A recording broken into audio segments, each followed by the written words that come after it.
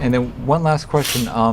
When Tupac came out to New York to do Saturday Night Live, if I'm not mistaken, you came from Jersey with a bunch of people to the show. Is that accurate? And if so, can you tell me the story about that and what you remember?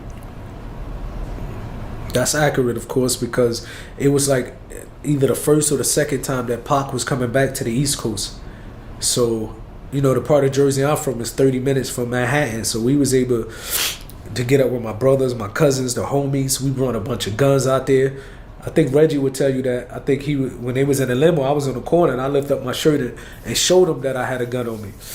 And we was up there deep, you know what I mean? We was up there deep. We just wanted to make sure that everything was good.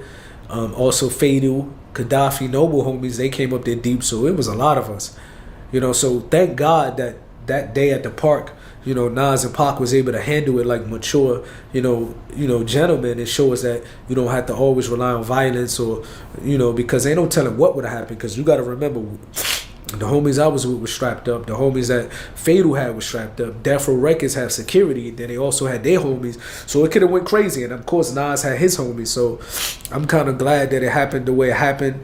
You know what I mean? 1 second. I'm kind of glad that it happened the way it happened, but it could have been a bloody situation for sure.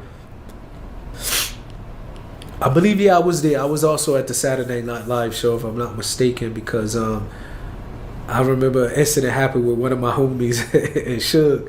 I believe it's the same incident where I believe it definitely was Saturday Night Live. Yes, Suge took one of my homies in a room and he was mad at something he said, and I went in there and I remember pushing Suge's hand, and because he was pointing at one of my homies, and when I pushed his hand, then Pac got mad at me. Because Pac was always about that loyalty, like, Mo, you with us, and this and this and that, and you supposed to be the first one bombing on your homie, but these are dudes I came from the sandbox with, that I grew up with, you know what I mean? So I'm like, man, I ain't about to bomb on my homie. I guess he said something about the cigar smoke, and it got back to Stormy. Stormy told Suge, and Suge grabbed him and took him in a room.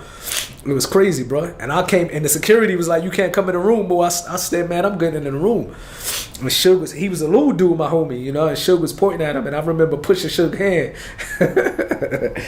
And Pac went crazy on me, bro. How did that situation escalate?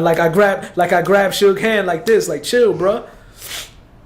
You know what I mean? And Pac just snapped on me. What you mean, chill? Like, Pac, because Pac was on that.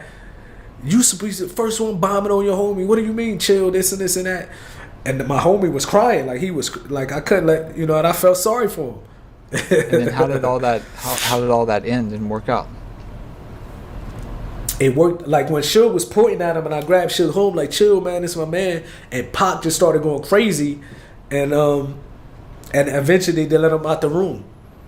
Okay, so that's a little story that I don't think anybody's ever heard before. I don't think nobody ever. Because Pac was on that, you should be the first one bombing on the move. What you mean, chill? Beat him up, like, you know what I mean? I'm like, bro, this it doesn't work like this. And did you get your friend out of the room and be like, man, you got to go home? He got out the room, and luckily he got out the room because this dude had a homie, like his uncle was a killer. His uncle was there. So his uncle was walking back and forth from the room.